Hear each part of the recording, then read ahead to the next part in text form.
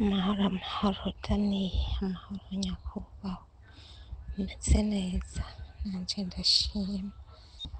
Yego ndi wa mudamu Laetitia mwari muri Iraki, nagomba ndagushimira.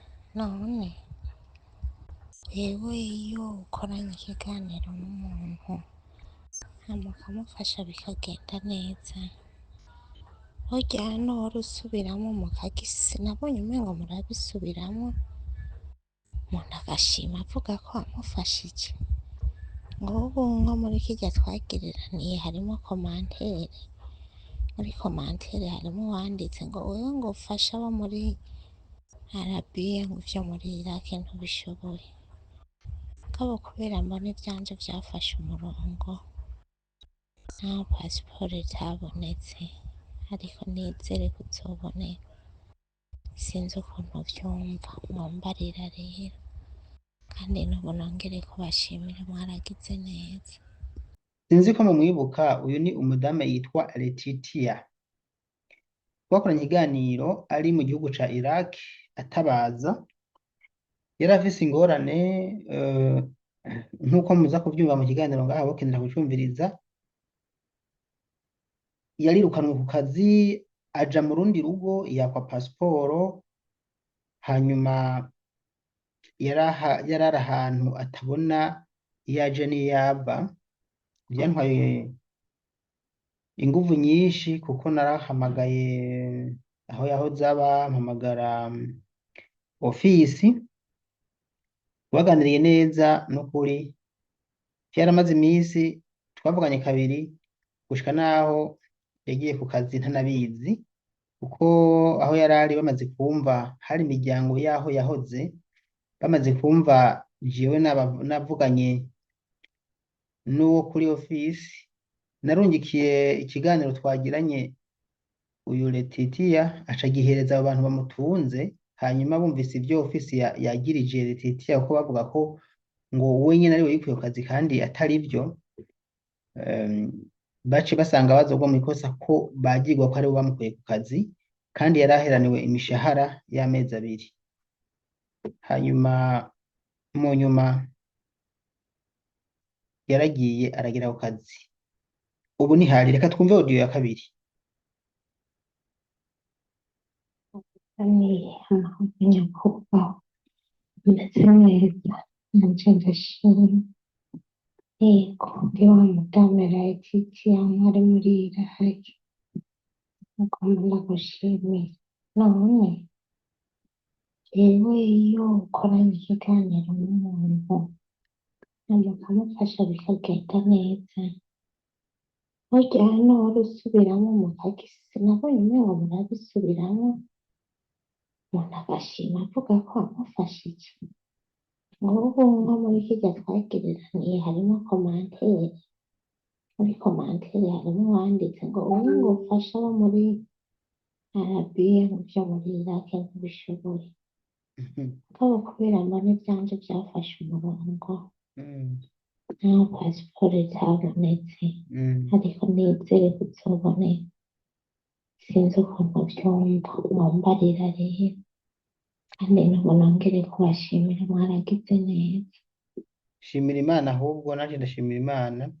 Hanyuma nivyo ikiganiro tuzogikora kandi abantu muhurikira ngaha kuri urubuga nzokibumvisha.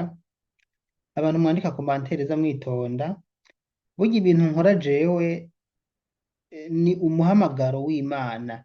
Ibintu nkora n'Imana ntishobora kwemera yuko abantu barengana. Burya uravye ibintu nkora birandengeye.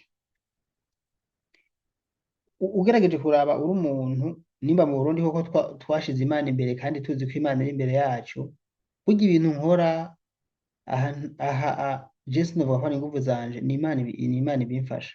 Kuko je aba barabu tuvugana nta n'icarabu nzinzi gakeya gusa. Narabaye mu bihugu bivuga icarabu nkurayo gakeya, mugabo mvuga icongereza kandi n'icongereza nacyo nzi neza. Mugo ndagerageza tukavugana, nkavugira umuntu kandi bikagenda neza.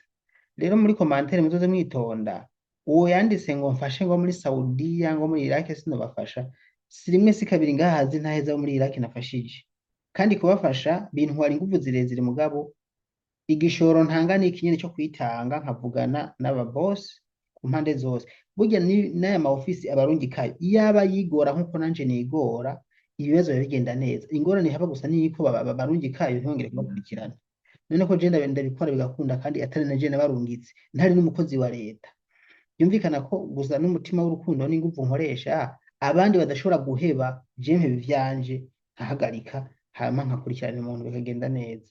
Muri komantere rero, wewe Laetitia ntimuze muracika intege, n'ibisanzwe wanditse komantere nk'iyo nta kibazo. Nibaza ko wayanditse ubu ashagenda kuyifuta kubera ko Imana yarakoze ibyo ibibazo wari ufise byaraheze kandi byarakemutse, ubu watabawe. Isigaye tugomba gukora ikiganiro cyo gushima niwaronka umwanya.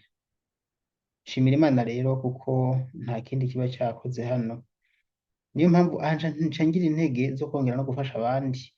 Hama mbona ko gusaba imbabazi abantu mushaka ndabafasha mu rwose ndabishobore kuko muri benshi cyane abari muri Arabia Saudite, Omania, bari muri Iraq, ariko ndagerageza kandi ntimubure kumpamagara kenshi no kuntura ibibazo nshobore kubafasha, dufashanye ibyo nshoboye, sinshoboye byose mugabo ibyo nzoshobora nzobibafasha.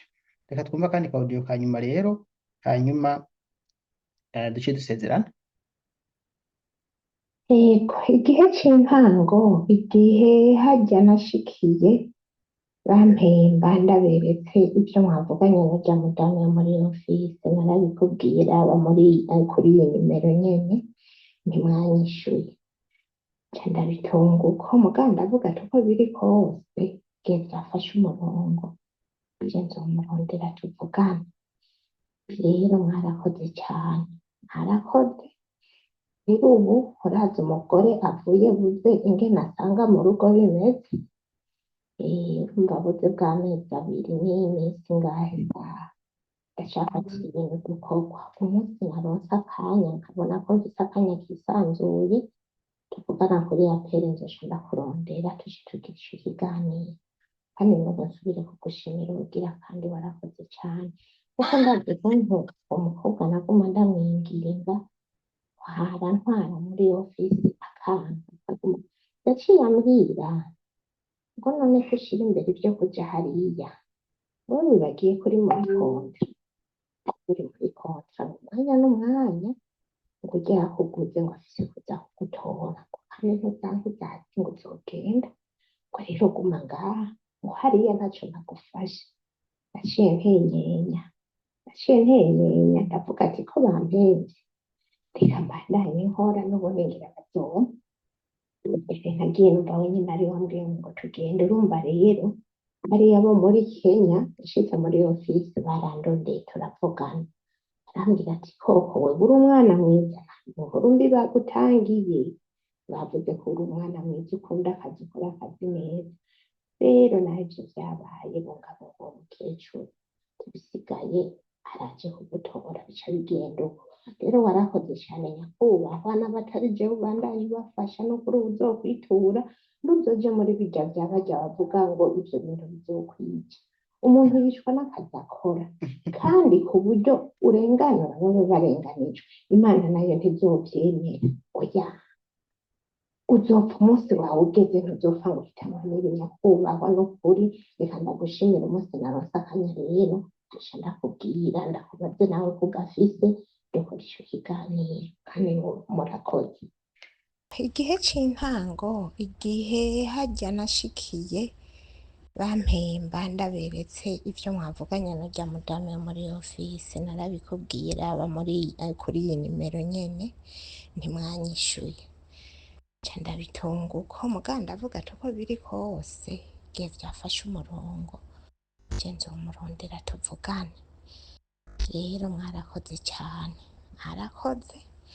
Rero ubu uraza umugore avuye buze ingene asanga mu rugo bimeze, urumva buze bw'amezi abiri n'iminsi ngahe saha ndacafatira ibintu dukorwa. Umunsi naronse akanya nkabona ko mfise akanya kisanzuye, tuvugana kuri aperi nzoca ndakurondera tuje tugira ico kiganiro, kandi nubu nsubire kugushimira ubugira kandi warakoze cyane, kuko ndavye ukuntu uwo mukobwa naguma ndamwinginga ntwara muri ofisi akanka akaguma, yaciye ambwira ngo none ko ushira imbere ivyo kuja hariya, wowe wibagiye ko uri muri kontra, wewe uri muri kontra ngo umwanya n'umwanya ngo urya yakuguze ngo afise kuza kugutora, ngo kandi ntuzanka ngo uzogenda, ngo rero guma ngaha, ngo hariya ntaco bagufashe. Naciye ntenyenya ndavuga ati ko bampevye, reka mbandanye nkora n'ubundi ngira bazompa. Burya rero nagiye numva we nyene ari wambwiye ngo tugende. Urumva rero bariya bo muri Kenya, nshitse muri ofisi barandondeye turavugana, arambwira ati koko we uri umwana mwiza, nta nkuru mbi bagutangiye, bavuze ko uri umwana mwiza ukunda akazi, ukora akazi neza. Rero naho ivyo vyabaye bungabunga uwo mukecuru, bisigaye araje kugutora, bica bigenda uko. Rero warakoze cane nyakubahwa, n'abatari jewe ubandanye ubafasha, n'ukuri uzokwitura ntuzoje muri birya vya barya bavuga ngo ivyo bintu bizokwica. Umuntu yicwa n'akazi akora, kandi ku buryo urenganura baba barenganijwe, Imana nayo ntizovyemera. Oya, uzopfa umunsi wawe ugeze, ntuzopfa ngo uhitanwe n'ibi nyakubahwa. N'ukuri reka ndagushimira umunsi naronse akanya rero nzoca ndakubwira, ndakubaze nawe ko ugafise, dukora ico kiganiro, kandi murakoze. nuko rero urakoze Laetitia, murakoze cyane ko mwashoboye kuduha ntuzenya,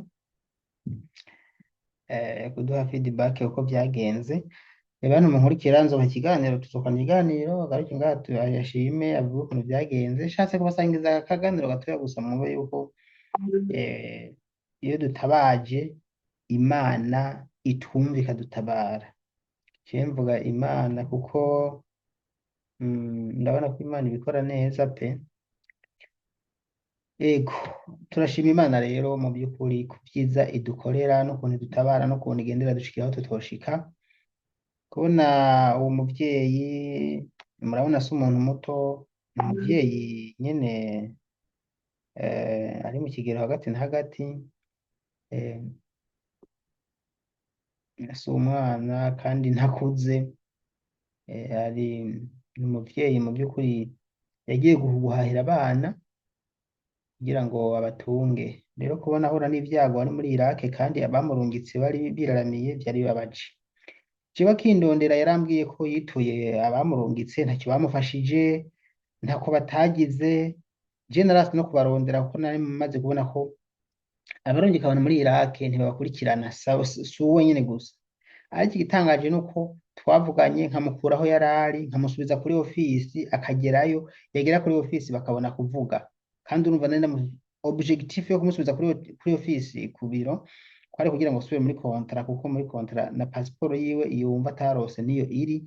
Inabuja yamwagirije ngo pasiporo zibiri ngo zagiye, ngo inabuja niyiwe. Kumbe uwo mukecuru akunda kwibagira, yarayimwatsa arayinyegeza, yibagira aho yazinyegeje zose n'iziwe bijana vyose, kandi amushuba ko izi pasiporo ziri mu nzu bazozibona. Mugo n'iyi saha ntarabibona. Ariko sinzi ko yaba yaramuhamagaye ngo asubire ku kazi, ko yarabibonye, mugabo yari yamurenganije. Niho nanababwiye ati none nimba ariwe yatwaye pasiporo yawe, wari guca umureka mu muryango wawe, ati murayirondera, kuko nawe itakaye ntiyotaha, kandi mwebwe bagora cane kugira ngo atahe. N'ibindi vyinshi twaganiriye, barabona ko bitoroshe n'ukuri, bacamusubiza ku kazi. Bano bantu batinya kubi, batinya amategeko. Aba barundikazi n'ukuri abari muri Irake na Saudiya na Omani, babura umuntu abavugira, nta n'ikintu bobarya, nta n'ivyago bahura navyo. Je gusa nkomeza kubabwira ntimuze muratinya abo bantu. Ubu nsigaye ndabavugisha rimwe rimwe narakaye, kubera abantu batinya. Ndabavugisha narakaye, ndabakarira, sindakara sinkunda gushavura jewe mugo ndabakarira kugira ngo bace ubwenge. Ndabakarira nkababwira ati gira ukugira. Iyo uhinduye isura ugakara nawe muri kontra uhaba neza, mugabo baye intama bakavuga kugira ngo shokarira, bakugendera ko mpaka. Rero ndashima ko mugenda murumva ibyo ndabahanura. Reka ngarukirize hano, nzobasangiza ikiganiro kirambuye, ariko nongeye kubashimira. Muhezagirwe.